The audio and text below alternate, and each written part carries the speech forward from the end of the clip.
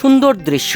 মুস্তাফিজ মাঠ ছেড়ে উঠে আসছিলেন আর পাকিস্তানের অধিনায়ক পিছন থেকে টেনে ধরলেন, তারপরে করলেন হ্যান্ডশেক। সত্যি অসাধারণ। ফাইনালে উঠতে না পারায় অঝরে কাঁদলেন মোহাম্মদ সাইফুদ্দিন। প্রিয় দর্শক, পাকিস্তানের বিপক্ষে সুপার ফোরে নিজেদের শেষ ম্যাচে ফাইনালে ওঠার সমীকরণ নিয়ে মাঠে নেমেছিল টাইগাররা।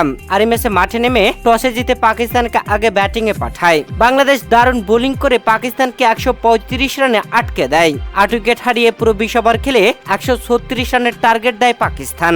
সেই রানের টার্গেটে ব্যাট করতে নেমে বাংলাদেশের ব্যাটিং ভরাডুবি। কোনো ব্যাটসম্যান বাংলাদেশকে জেতানোর মতো ব্যাটিং করেননি শেষ মুহূর্তে রিশাদ হুসাইন ছাড়া।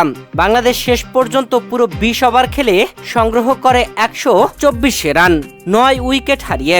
শেষ জুটিতে মুস্তাফিজুর রহমান ও রিশাদ হুসাইন ছিলেন।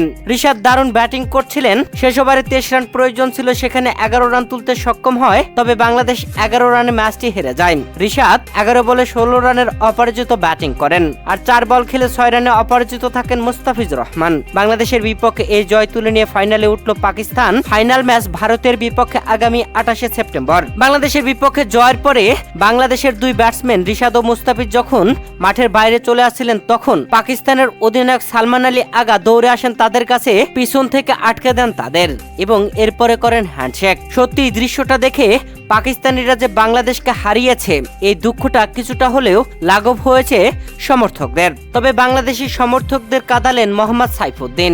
বাংলাদেশের পরপর উইকেট পড়ছিল, ডাগ আউটে বসে অঝরে কাঁদছিলেন মোহাম্মদ সাইফুদ্দিন। এ যেন ফাইনালে ওঠার স্বপ্ন ছিল, ট্রফি ধরার স্বপ্ন ছিল, সব স্বপ্ন যেন চুরমার হয়ে গেল।